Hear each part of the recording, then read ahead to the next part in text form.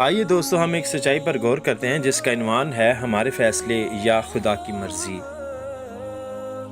क्या हमारे फैसलों में खुदा की मर्जी को जानना ज़रूरी है और खुदा को शामिल करना ज़रूरी है? सवाल है कि हम किस तरह से अपने फैसलों में खुदा की मर्जी को जान सकते हैं। जब हम अपनी ज़िंदगी पर गौर करें तो हमें अपनी ज़िंदगी में छोटे बड़े फैसले करने होते हैं, और हर फैसले को जब हम अपने खुदा की मर्जी के मुताबिक करते हैं या हम खुदा के फैसले के मुताबिक हम अपनी ज़िंदगी गुजारते हैं तो हमारी ज़िंदगी बाबरकत और खुशगवार गुजरती है। इसलिए हम अपनी मर्जी नहीं बल्कि खुदा की मर्जी को जाने, जैसे कि कलाम मुकद्दस में लिखा है ज़बूर नंबर 31 आयत नंबर 3 में, क्योंकि तू ही मेरी चट्टान और मेरा किला है, इसलिए अपने नाम की खातिर मेरी रहबरी और रहनुमाई कर। तो जब हम जो फैसले करते हैं उसमें खुदा से रहनुमाई हासिल करते हैं कि खुदावंद तू मेरी रहनुमाई कर, मुझे सिखा और मुझे बता, और हम दुआ करते हैं और खुदा का इंतज़ार करते हैं।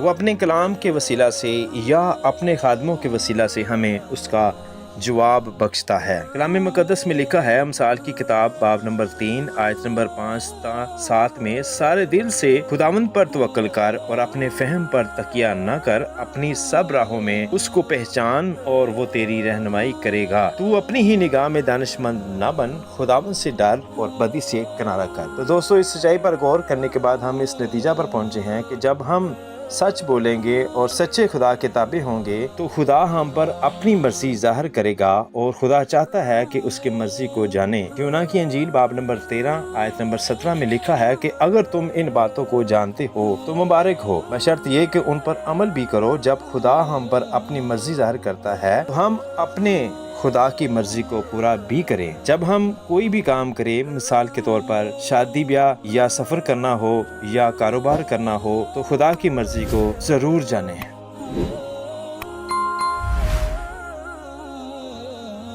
हमारी मज़ीद वीडियो देखने के लिए हमारे YouTube चैनल और Facebook को देखें, और अपनी गलत फहमी दूर करने के लिए हमारे इस Gmail और हमारे इस WhatsApp नंबर पे राब्ता करें।